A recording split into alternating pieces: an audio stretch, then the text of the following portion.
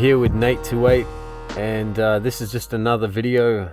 Sorry it's taken so long to come back with more content. It's just that I've had a bit of a cold, which I'm still trying to get over at the moment, and I didn't want to rush into things and make a mess of stuff. So if you're a first-time joiner here, thanks for watching the video. Really appreciate you coming along and watching it. And also this is actually a video, kind of a one of my subscribers actually asked me to do a mixing tutorial, so basically I followed up with that. I made this beat, a quick kind of beat, made it up maybe last night or the night before, I can't remember. I think it was the night before. So I made this beat, and I just wanted to run over a few concepts of mixing and the basics of mixing, and also, I mean, go through a mixing tutorial per se, because basically this tutorial is more about how I go about a mix and the basic concepts that I use and apply in every single mix that I do, and some things that I don't even apply in every mix. It may just be a random thing that I do for a specific reason within the mix. So there's a number of things that you want to do. None of this is scripted, by the way, so I'm just doing this off the cuff because I don't have a whole lot of time to script stuff down, and I just feel like it's better to be upfront and just talk about the things that I know. So the first thing I do when I do a mix is I concern myself about gain staging.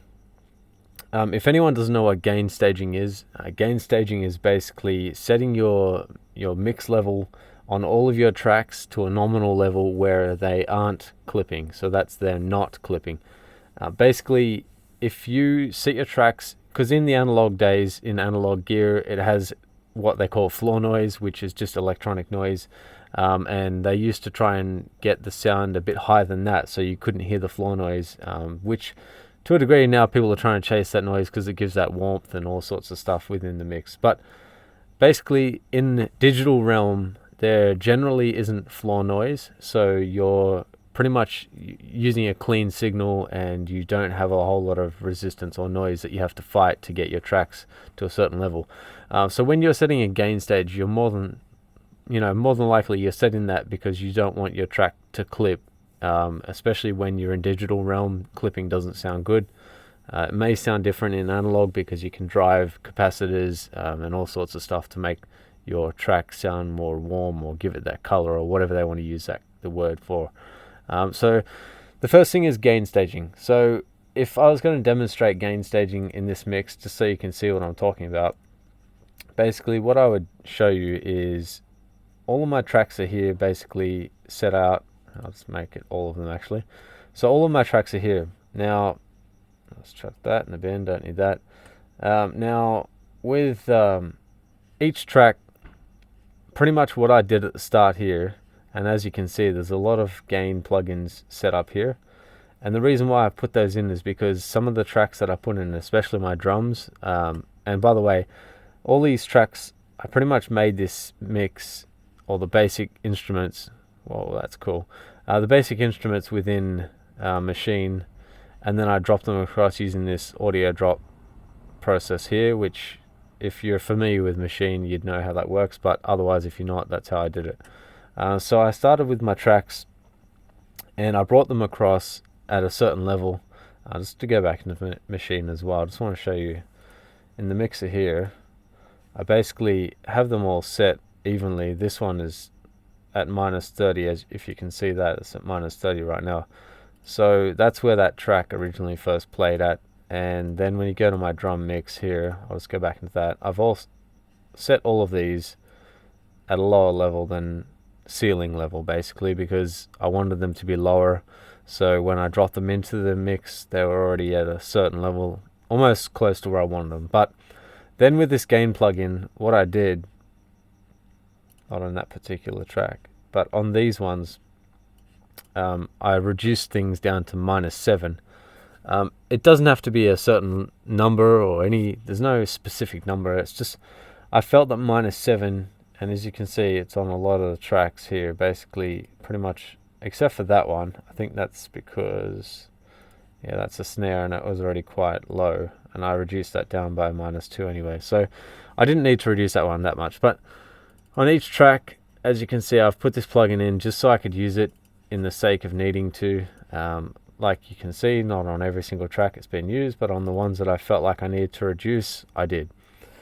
So gain staging basically, well, within Logic, that's the plugin that you can use if you want to reduce the actual just volume without touching your fader. So the fader is this thing here, right? So that's the fader. That's pretty much what you'd see on an analog console, and you'd use that to reduce the volume. You can also reduce it on the input. So in essence, that's basically what I'm doing here. I'm reducing my volume on the input before my fader, and then on the fader I'm still at 0 if I want to be, and I can reduce or gain from the input, and then I can adjust my fader as I want to from there. But on this one I didn't adjust it because I left it was fine at -7. So that's one example of gain staging. And if I'm mixing within Logic, that's how I would normally do it. If everything I've got comes in at the right level from machine or whatever I'm using to get my audio from, if it's a sample or whatever, I find that a lot of sampling and samples throughout the use of machine, or especially when you load up like a VST like Contact. I'll just quickly show you. I don't think I've used Contact in this, but let's go to this group here. Okay, there we go, Contact. So for example, this is set here at -6 because I set it that way, but normally it's not at -6, it would be at 0. So the volume would be quite loud, and especially with some of these VSTs, they just have it set loud. I don't know why they do, but you can always set it to your own taste, and I just set it down to -6 because I'd like to have that headroom. And that's the next thing I was going to talk about. So headroom, in between, when you do your gain staging, you're creating yourself some headroom for the actual final mix on your mix bus. Now, this is a lot of talking, but I just want to explain why I do certain things, and I want you to understand exactly the reasons behind it. So there's a couple of ways you can do a mix bus. Now with this particular one, just because I was in a rush, I just put it on the stereo out. Normally I would probably actually create a bus send for every single track, and then I would send them all through a bus. Now you can see with this one, that's exactly what I did, but I grouped my drums just like this in this group here. So if you make that into small, you basically collapse that group. So as you can see, all my drums are into one group, and then when you expand it, you can see every single instrument within that group that's played through there. Now they all go into one bus, which is on this page here, which you can see they're all going to bus 1, and then bus 1 at the end, which is right here at my final drums, goes on the stereo out. Now if you wanted to create a bus to have every single thing from, you could just create, say, bus 8 or bus 9, whatever you wanted to make it, and then you would send all of your instruments, including reverbs and everything else, onto that bus, and that would be your per se mix bus. As pretty much as you see here, this is stereo out. That would be what it is. So I find that people do that for a couple of reasons. There's mixing purposes, because you can basically send a parallel compression through that process, and you can do all sorts of stuff.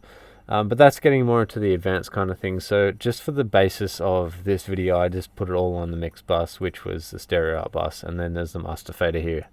So just so you know exactly what's going on my screen. Right, so how I would mix something is one thing. Let me just play this track so you can understand what it sounds like, and also kind of get an idea, okay?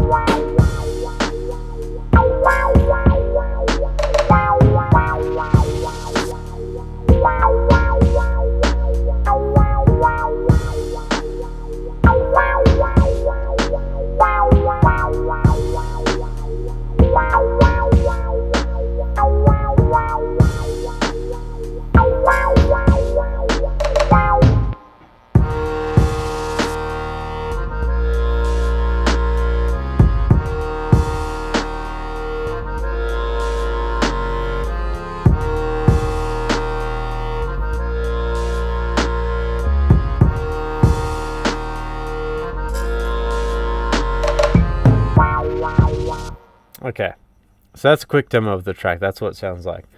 Now, there's the ways that you can do this is this number of ways you can do it. So when I'm talking about mixing, I'm talking about the number of ways you can do it. So basically, the way I did this specific mix is I went into getting all my tracks, setting up the profile of my song. So I laid that out how I wanted it to sound, set up my drums, etc., all on the tracks. As you can see, they're all laid out.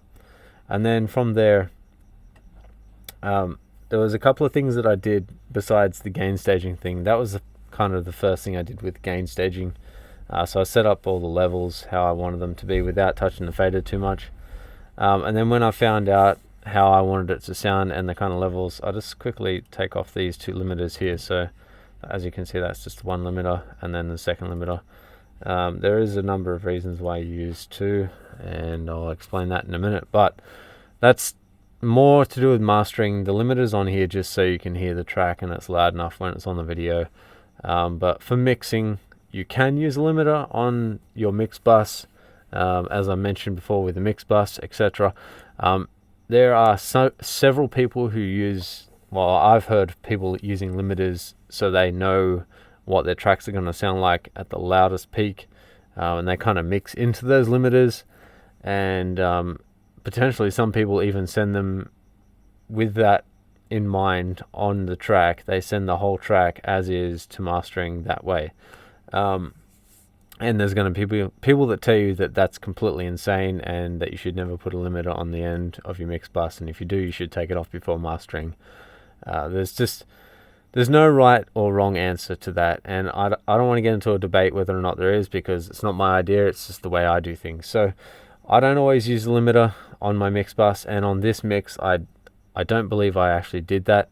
So what I did do though, I'll just take off the EQ. That's a linear phase EQ, just so you can see that, and that's taking out some of the low end there and also some of the top end and adding some frequencies there, and I'll explain that in a second. So let me just turn that off. So the two things that I do, and they basically are exactly the same things, just times that by 2, and I'll explain this in just a second when I get these small enough so you can see them both here. Alright, so why do I have 2 compressors on my mix bus channel? Now, the reason why I would have 2 is I always started, well, not always, but at the start I always used to use 1 compressor, and I never could understand why my mixes were sounding not complete and not cohesive, I guess the word is. And then when I started to realize, after a while of mixing, I started to realize that using 2 compressors, and pretty much if you use things in pairs, they kind of work really well. And that can apply to a lot of things: EQ, compression, limiting, you name it, anything you want really. So the things that I do are basically using each compressor to slightly limit or compress the track, I should say. So each compressor isn't working over too hard to try and do what it needs to do and compress that track. So I'll just quickly show you what I mean by they're not working too hard, because I want you to understand exactly why I do this. So I'll just play the track at a certain part, and you can watch the needles on these 2 compressors and just watch what they do.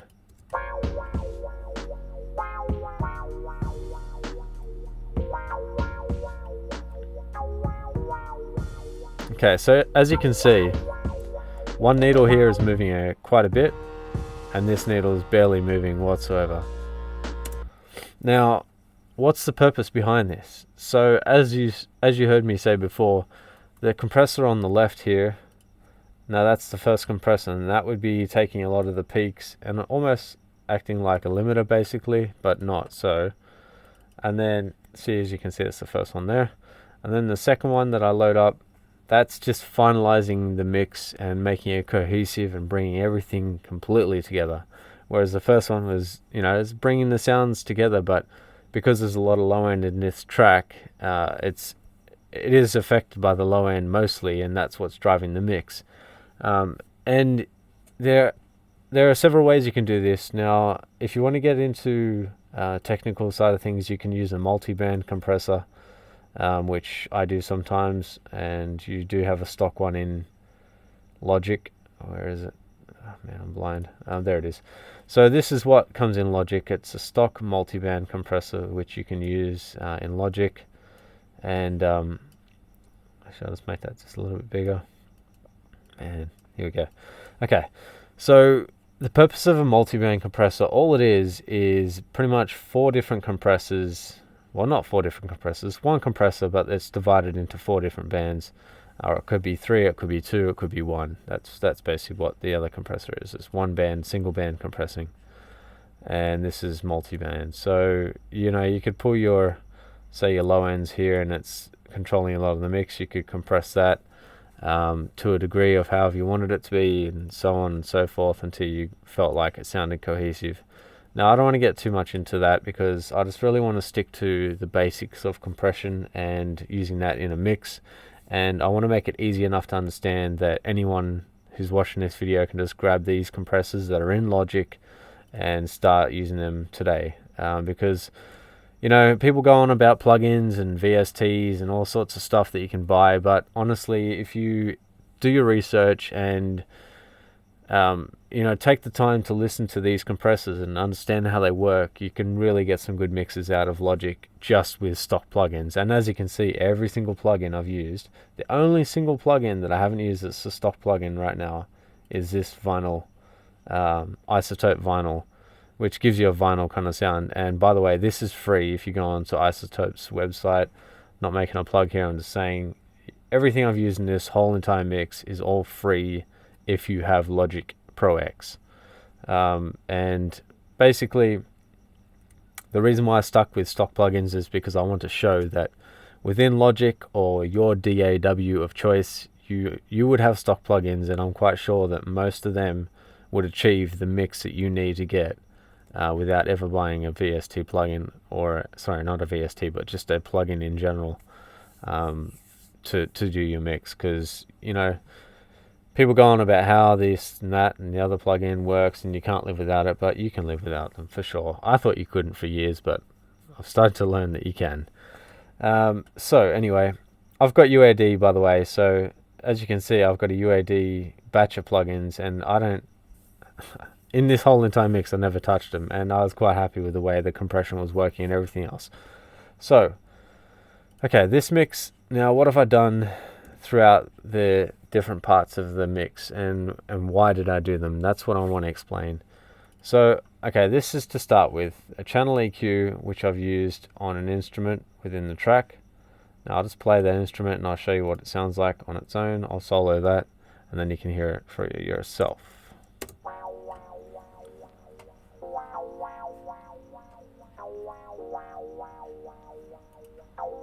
Okay, so I've turned it down by taking off the limiter, and I'm going to explain exactly, what I'm doing in this mix and why I did it. So as you can hear, let's just stop that for a second. Now what I did here, I put a little bit of compression on it. I'm just going to make this a little bit larger so you can see exactly what I did, and that's the cool thing about this Logic X new update, because you can make things larger. If you didn't know, that's what you can do. Now I set these levels so it's catching just a slight amount, maybe -3 dB max, -4, I don't know exactly what it goes up to. It's about -3 at the moment. So why did I set it like that? Well, the reason why I did is based off how I felt it sounded. There's a key thing to getting your mix, or I guess the vibe in your mix, really moving and emotion to it. And the way I found to do that is to try and set, well, this is the kind of thing that I do anyway. I set my release to the tempo of my track on certain things. I don't do it on everything, but if I find that it helps the movement of a certain instrument, especially like this Rhodes piano or Rhodes keys that I played, it needed that motion and the emotion to it. So as you can see, the needle moves with that, the wow, wow, wow, wow. See, it's keeping in line with that, and it's giving it that movement that you want. So you know the compressor is working in line with that. And that's why I set the compressor the way I did. So the things about a compressor, the things you need to know is this is set up pretty easy actually. So the knee, what that is, if you look on the graph, this is how the knee is. This is what it looks like. And if you're going to change that, as you can see, the bend here changes, and that is changing because that's the knee of the compressor. So all the knee does is it shows you, so that bend here, right, where you can see it bending, that's where the compressor starts to catch, and it shows how, I guess, steep or how quickly it can catch the audio input or the audio in that's going there. So if I play this, you can see this little thing here, it's moving around. That's where the needle is. If I pull that down, you can see it changes a bit, and you'll understand that when you start to play with it a bit more. But just go and explore this. The next thing is the threshold. So the threshold is, all that is basically you bringing down the compressor to a certain level to start to deal with the sound. So if I bring that up, you can see that it's not dealing with it as frequently now. More down again.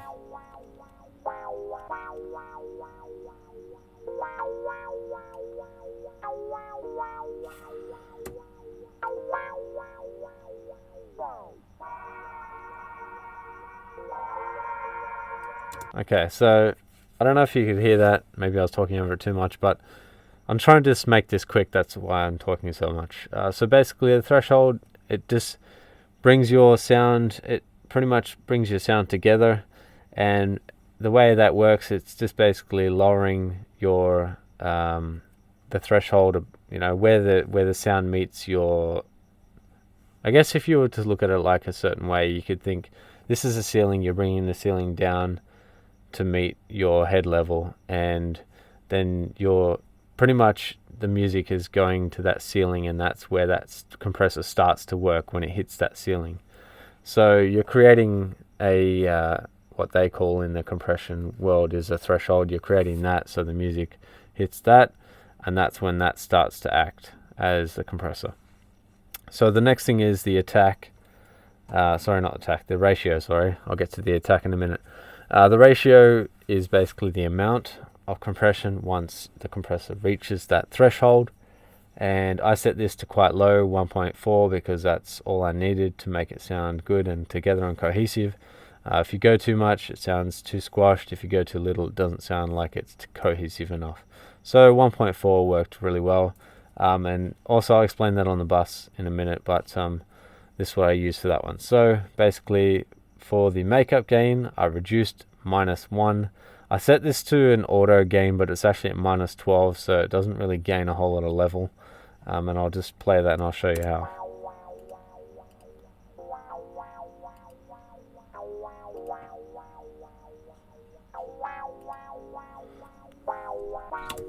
See, as you can hear, it's not really gaining any volume. It's just reducing down. So I just needed to show you that. That's the makeup gain there. And as the attack, I set the attack to 10 milliseconds, and the release, as you can see, I've left that at that 97 milliseconds. So I've got the mix button here. With the mix button, basically that mix button is the amount of the compression you're using. So on this particular track, I'm using 100% mix, but as long as it has a decent attack and it's not squashing the sound too much, or I should say not squashing the transient of the sound too much. And I'll explain to you what a transient is if you don't understand what the transient is. So the transient is basically this thing here. So it's loud and then it goes quiet. So normally, actually it's not probably a good thing to explain it on. So I'll show you on a kick drum. Now, as you can see, the transients on these kicks, because they're set, they're quite loud and long, and then it fades off. So that's what the transient is, basically, so you know and you understand how the compressor works. So that's on the first instrument on the Velvet Rhodes piano that I played. and as you can hear, that's what it sounds like. So when I go into the mix, the first thing I was looking at was the EQ, apart from compression. And why is it that you look at EQ? Because I mean, what does EQ do? That's basically the question. So it's up to you how you want to go about it. You can certainly do this a number of ways. So the first thing I did when I got this track was I compressed it. I'll just make that smaller so you can see. So I did the compression because that evened out the sound, and either way, if you want to do this first or last, it doesn't really matter, but I found that it sounded the best when I compressed it first, and then I set the EQ on it. So once the sound is more even, I just EQ'd up to about 210 just to remove that low end bass, and I'll show you what it sounds like without it. Sounds fantastic on its own, but the issue is when you start to get a mix with a lot of low end on a lot of instruments, it starts to build up, and that's when it doesn't sound fantastic anymore. So that's the way I did the EQ and the compression, and pretty much mixing to a T is basically EQ, compression, EQ, compression. Maybe some filters somewhere here and there, maybe some gain removal or gain structuring, but EQ and compression are the basics to any track that you do. Without that, your track's not going to sound how you want it to sound unless you're just recording one specific instrument, and even then EQ and compression come into play. So the thing that I did with that then from there is I added this vinyl plugin, which I didn't have this on at the start when I first started mixing a track. I guess you could do it if you wanted to have an idea of what it's going to sound like before you get into your final mix, as understanding the final stages, because if you're going to sample a track from a vinyl or something, you'd have that sound already in your track, so you'd know what it sounds like before you started mixing. But I didn't have that on here when I first started. I just decided later on that I wanted that vinyl sound to this track, so I added it in. Now, there's not a whole lot of stuff I added in because I've only got the... Whoa, let's go back there. It was on 10%. There we go. So 10% of this amount of stuff that I put in here. And as you can hear, it sounds pretty noticeable as it is. I'll just solo it off.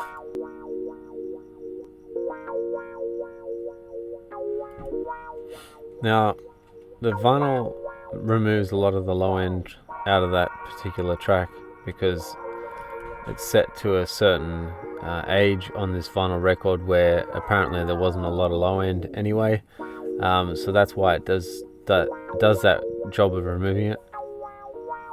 And I feel like it does it really well because it's kind of like an EQ would, but it just does it to a certain way that I like it. To my ear, it's pleasing.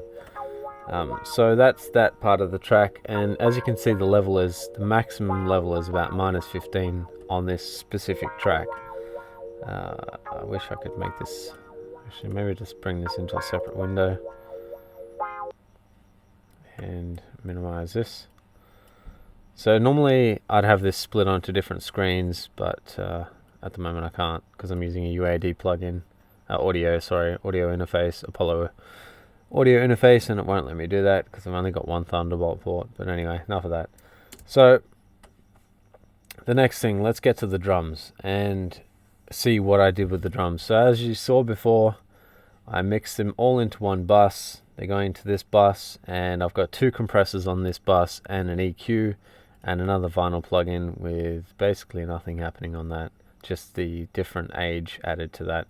So if you want to get this plugin to use it on your own mixes, go to isotope.com, and they've got a refreshed version of this which works in 64-bit, which is fantastic because I only found out about that a little while ago. Now, I'll get to these buses here in a minute because I don't want to mess up things here. So first off, the drums, right?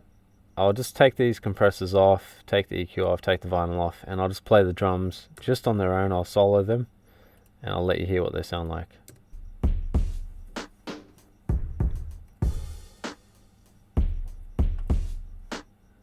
Okay, so I want to show you what the compressors do to the sound.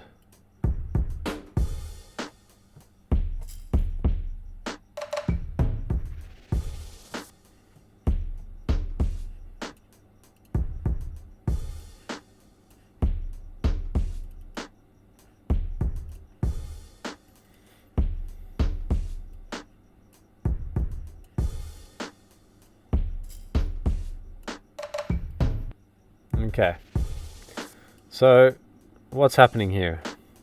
As far as I know, I'll just put them back in order. Doesn't really matter which order I put them in, but I'll just show you in order. Okay, so number 1 and number 2. Blue is number 1, red's number 2. How did I come about using these 2 different compressors to compress my drums? Well, I just like the sound of it. That's pretty much what it comes down to. So the platinum one, this platinum compressor, if I just move that out of the way for a second. This platinum digital is the stock one that was with Logic. I believe all of these were with Logic Pro X originally, and also Logic X. I'm not sure. Logic 9, I should say, sorry. I have to go back in Logic 9 and check it. But anyway, they changed the interface. It looks like this now. So as you can see, these two look quite nice. They're quite easy to use, and they're set up differently. So let's just see why I did what I did. So the first one, I'll just make this a little bit bigger so you can see. First one, I've just taken off some of the peaks, excuse me, with a ratio of 1.4. Love that ratio. And the same makeup gain, which is basically -1 with -12 dB, which is on auto makeup gain, by the way. Excuse me. The knee's set at standard 0.7, and attack is at 10, and release is at 48 milliseconds. Now that's a really fast release for a compressor. Generally, you'd probably have it at about 100 or just under, maybe 80. There's no rules, like I said, there's no rules to any of this, so it's just what it sounds like and if it sounds good to you. So let me just first off make this a little bit smaller, and I'll just turn them both off, and I'll turn one on. Okay, so that compressor is taking some of the edge out of the sound, but it's not cutting the transient too much. There's another thing you'll notice as well. The sound does gain, so it's at -14. Okay, what's it peak at? -11. So let's just see when I add this how much louder it gets.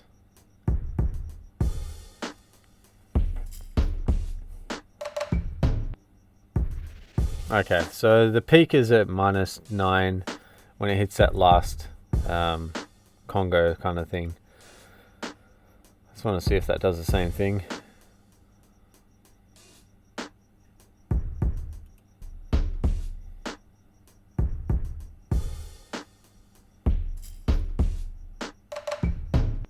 Okay, so I actually took off volume off of my drums by using this compressor, and I brought all of the sounds together, as you could see, because when it just peaked here, that's another whole dB above where it was with the compressor on. So I first took off that amount, which gave me a bit more balance with my drums. The main thing you're looking for when you mix your drums, especially these type of drums in hip hop anyway, you want to have your drums not so they're squashed or anything like that. I mean, you can do that if that's what you're going for, but in this particular mix, I want them to sound quite open, full, loud, beefy, all that stuff. But you can't have them where they're going to peak and cause your mix to cause it to clip, basically, because your drums, pretty much in this case, my drums and a few other things, that the bass are driving the mix. And if my drums are set to a certain level, say they're -9 or whatever, it could be -6 if you want to go that loud, and you want to mix into that, you can, but you're not leaving yourself with a whole lot of headroom if you do. So, excuse me. I mixed these into about -11, and -9 was the peak. So what happens if I add this second compressor in? Does the peak on my drums go any higher? Or let's just see, we'll reset it and find out.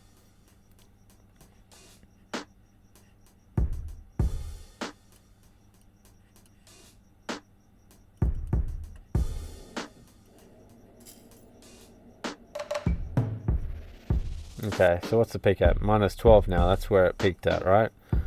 That's exactly what I was aiming for when I mixed this, and I'll show you what I did with this second compressor so you understand why I did what I did, and you can see the threshold's crazy, pulled down all the way almost down to the maximum amount. So that's pretty much what I did. I pulled that ceiling down all the way. It's more than enough touching the audio, but what I've done here, and you can see all the attack, the compression's 1.4 again, makeup is at minus 0.5, 1.5, attack is way up, and release is way up. So this is just a form of using compression in New York style compression. So basically what they do, well, not they, but what you do when you're doing this, it's parallel compression, is basically using the compressor to squash the track per se, and then you're backing off the mix and you're putting it in a certain amount of mix. So I put 40.5% mix on this track, and if you can't see that, I'll just expand that just so you can see. So 40.5, that's just under half the amount of mix, and as you can see, when it compresses, it's about -5. I'm not compressing a whole lot, but it just gave me that snap that I was looking for.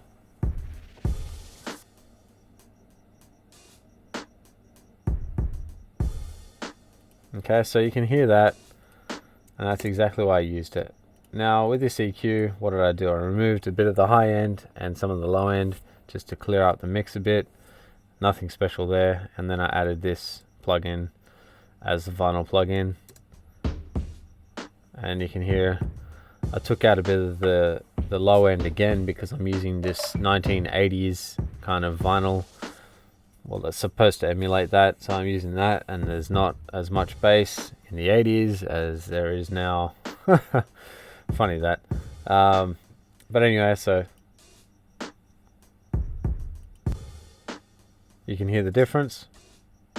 Okay, so that's that. Now, what did I do with these individual tracks? I did a fair few things. I took out some of the high end on the kick, increased the kick where there was frequencies that I desired, and I'll show you that. See, I left the bit there because that was already pretty high, but I brought this up here where it needed a bit more extra kick, and snapped to the kick. Took out the high end. Now, added some subs to low end.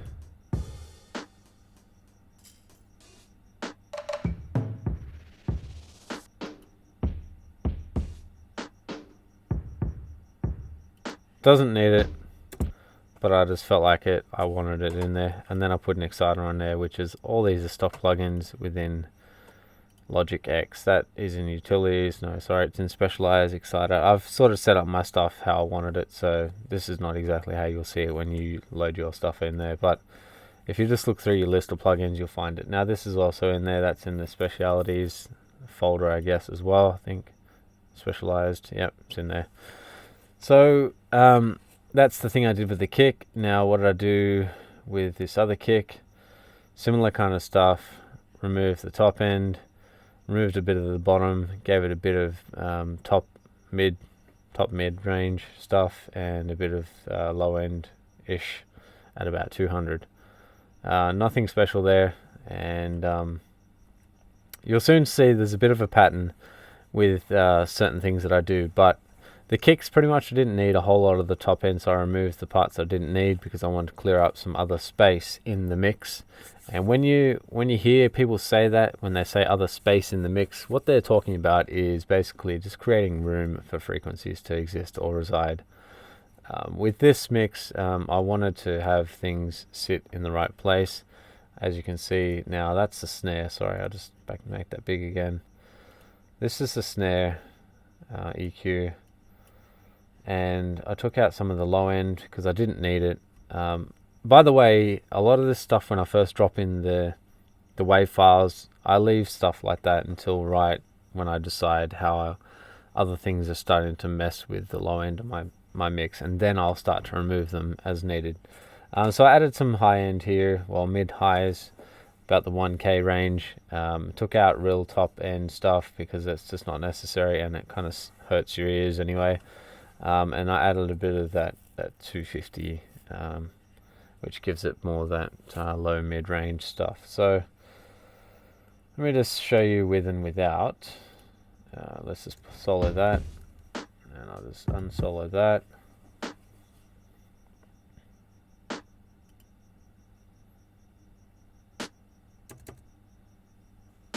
See, it's really top end-ish. So I gave it that low end, more snappy snare sound, and then I put a gate on there. Let me just show you that. Now the reason why I have that gate, and if you want to understand more about gates, I can do another tutorial on how they work, but just a quick overview. Basically what the gate does is similar to the way, I guess you could look at it as a functional or a automotive EQ, because it will remove out certain frequencies that you want to be removed out and leaves the remainder in, and it does that in a very handy fashion, I guess you could say. Sometimes by accident you come across stuff like this, but I'm pretty sure when I first started mixing, I started looking up different things about mixing, and I found gates one of the things that they use to remove floor noise, or other instruments out of mixes, like a vocal. Say for example you're singing and you pick up the snare that's nearby, they'll try and use a gate to remove the snare out of that vocal if possible, or otherwise drums or anything else for that matter. So I found that this snare had a bit of reverb on it that I didn't want, and that's just how it was when I was using it from machine. So when I dropped it from machine there, had reverb, and this gate helped me remove it. See, I didn't want that reverb on there because I was going to add my own reverb, and I'll show you that in a second. Now, same kind of principle applies. EQ, remove the top end out of this snare as well, a bit of the bottom end, not a whole lot of the bottom end on that one because I liked how it sounded and I didn't want to remove all of it on everything. And you don't have to remove all your low end on every single track that you have. It all depends on how many tracks you have in your mix, and the more tracks you have in your mix, it means the more you have to really focus on doing really unique and different styles of mixing, because it makes it so much more harder to squeeze in more and more stuff. You're basically packing more and more things like sardines in a can, basically. So you got to really find place to put them in the mix and make them sound clear and good all at the same time if you're going to play them all at the same time. But that's another thing. I don't want to get into that. I just want to use this as an idea and a guide. So what's this? This is the closed hi-hat. I just took out some of the top end just to get rid of that really high stuff that I didn't need. This is the open hi-hat. Took out some of the low end. As you can see, there's just certain things that I do. Now all of these here are also part of that drum kit. Now I haven't touched any of that with EQ, and because I felt like they all sounded pretty good and I liked how they sounded on their own, and partly they're not all happening at once, and they're definitely not within the track all of the time. They come in and out as they go throughout the track, and I like to have the full sound of them, and they're not really going to clog up anything if they're not all playing at once. So I left them all like that. Now this is the bass that runs the track. So I took out some of the top end on this bass and a lot of the low end up to about 54 hertz, because the rumbling low end stuff I didn't need, and I really didn't have the room for it after having my kick drum and the low end from my kick drum on there. I just didn't have the room in the mix to create even further low end. So perceivably most people can't really hear anything down from 30 hertz below, but you know, you can hear it, and there is a rumble to it, and it depends on, I guess, different people and how they perceive sound. But I took out that because that's where it felt comfortable to me, and that's what sounded good. And I also took out about -2 at 100 hertz because my kick drum is right there, and that's what I wanted to hear as well. So the way you mix your bass and low end, I guess, with your kick is solo your kick and your bass together, which I'll show you in just a second, and mix them that way.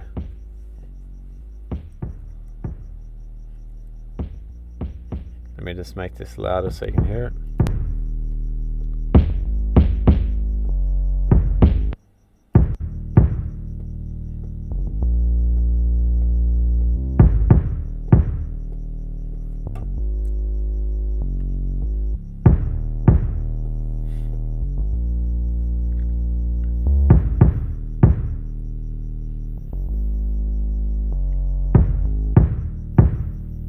Okay, so why would you do that?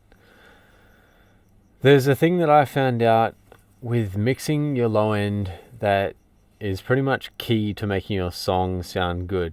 Now, if your song is using a lot of low end, or even if it's not using low end, but most of the time a lot of tracks in hip hop use a lot of low end and a kick together, and some people use sidechain compression, which is not really that difficult to understand, but if you don't understand compression that well, you won't understand sidechain too easily. But all it is basically is allowing your compressor to understand there's another signal input. And when I say signal, say for example this bass line that you see here has another input, and the other input is your kick, and that kick is controlling the compression to dip down or remove sound out of the bass when that kick hits. That's what it is basically.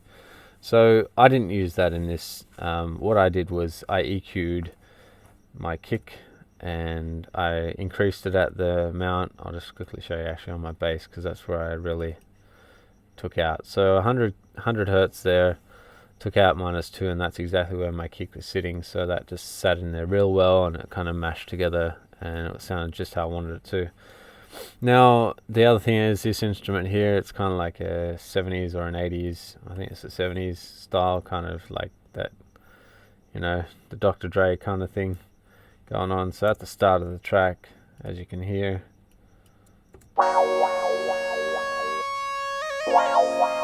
so that's basically,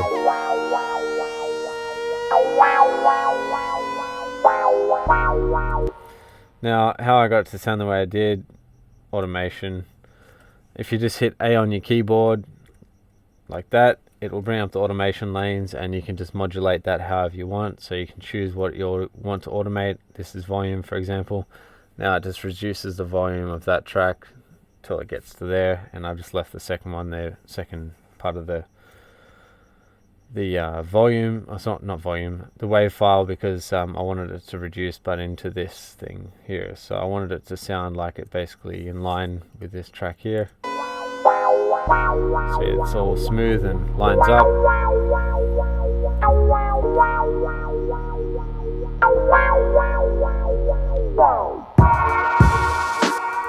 Okay, so that's the automation part.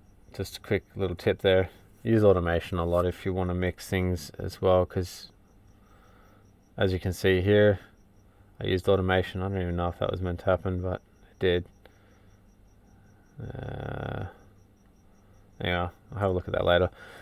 So basically I had the automation in there, and like I was saying with the bass, I mixed that so it took out some of that 100 hertz, and then I pretty much sent everything I have to this reverb send here, and I'll explain that to you just now.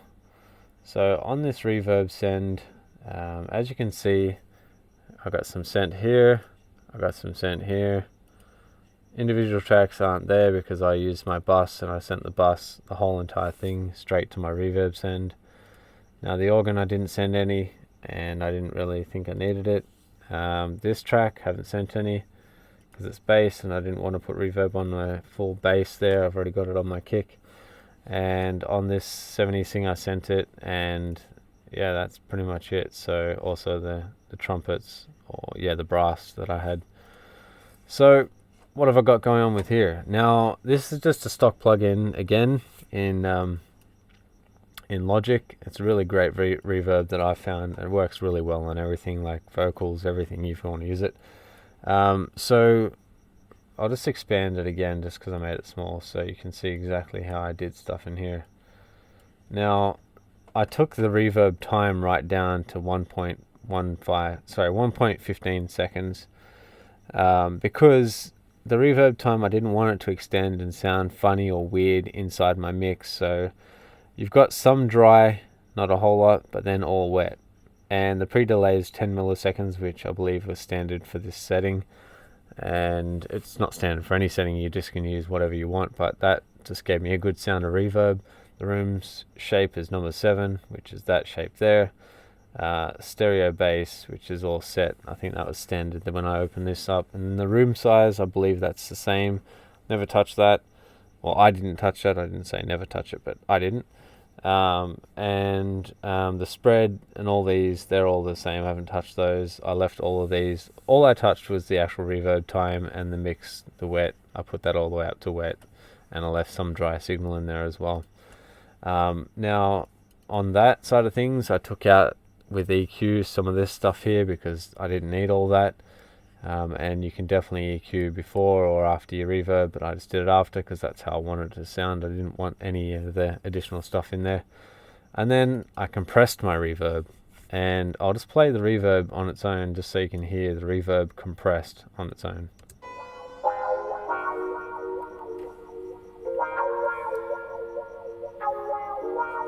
Now you can see the needle's not really moving much or at all.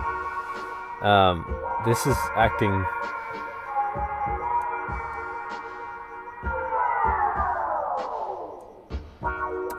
this is acting more of like a limiter than it is a compressor at the moment, because I set it up so it's just really hardly working at all. It's kind of just being a ceiling, and then it's creating a thickness to that reverb, but it's not per se doing much. So I'll turn it off and then I'll turn it on. You can hear the difference.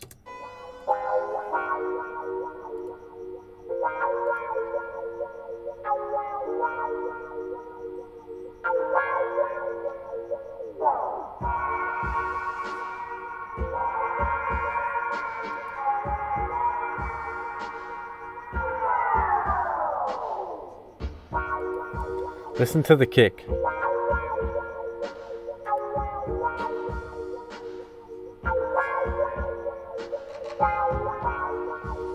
Okay, so if you're really paying attention to what it sounds like, it's hard to hear because YouTube and recording a screen on a computer doesn't do justice to the audio, but the kick sounds more together, if that's a word I can use, so it sounds more cohesive, and that's exactly what you want to do with compression. You want it to sound more cohesive.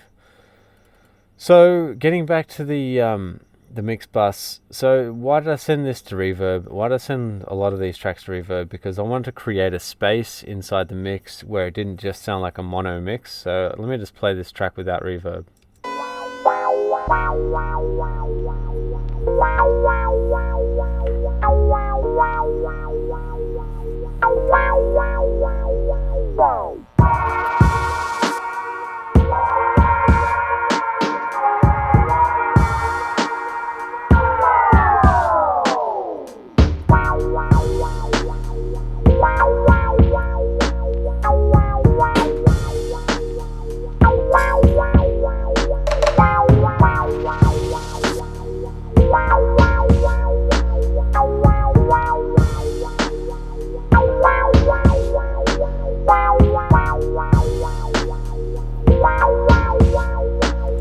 Okay, if you are listening through studio monitors, you might be able to hear that.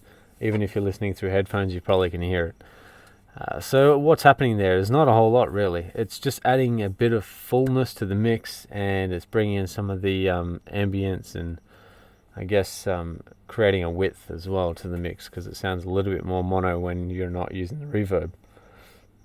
Now, as I said, it's hard to hear over YouTube and all that sort of stuff, but hopefully you can hear what it did there.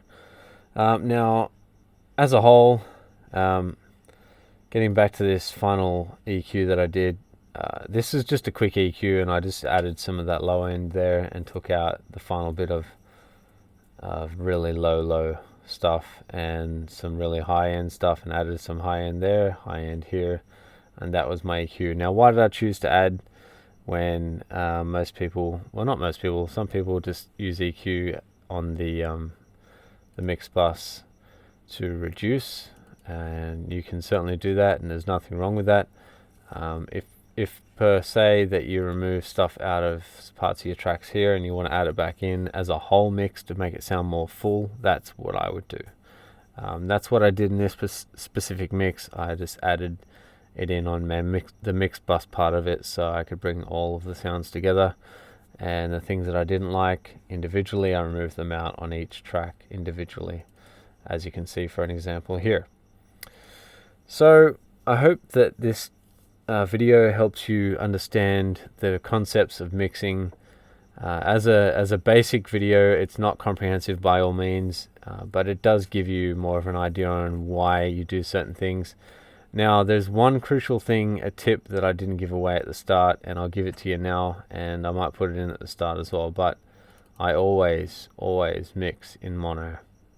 Now, I'll just turn this back to 0 because I had that as at the start, but every single time I do a mix, I'll have this button on, because the reason why I have mono is because if you're mixing, especially with stereo tracks that you originally got or other tracks you found from elsewhere and they're in stereo, that stereo sound, when you're listening to it, it does deceive your ears, and you may hear it sounding good when you're mixing in your studio or your room, and it may sound fantastic to your ears then, but when you take that somewhere else, you're going to lose the fact that you could have picked up on phase issues for a start.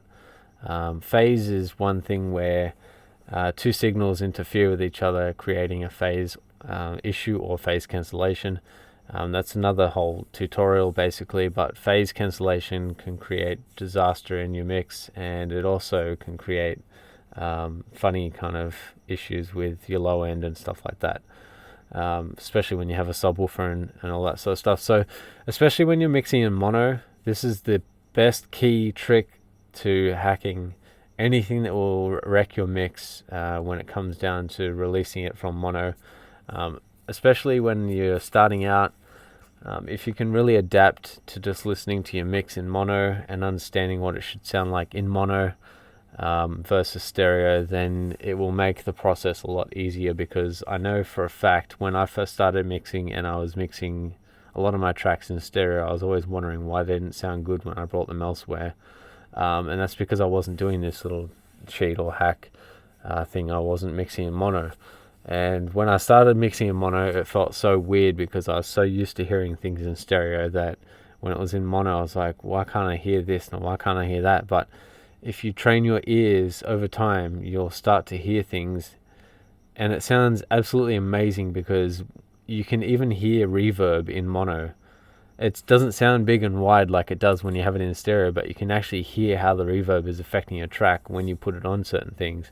And I found that amazing when I could start to pick up those things, because I was actually blown away that my ear was starting to adapt to what it needed to hear, and to me that showed me that I was growing and I was getting better at mixing and understanding how certain things work, and that's what you want when you do things. You want to grow and you want to learn. So enough jibber jabber and talking. I hope that this tutorial was something that helped you, and I hope everybody who watched it got something at least out of it, one thing or another. If you didn't like it, give it a thumbs down, but if you did like it, please give me a thumbs up because it really helps.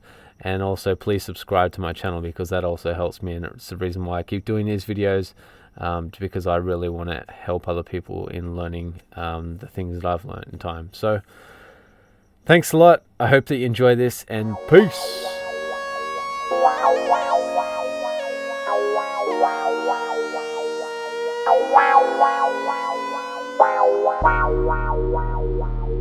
Wow.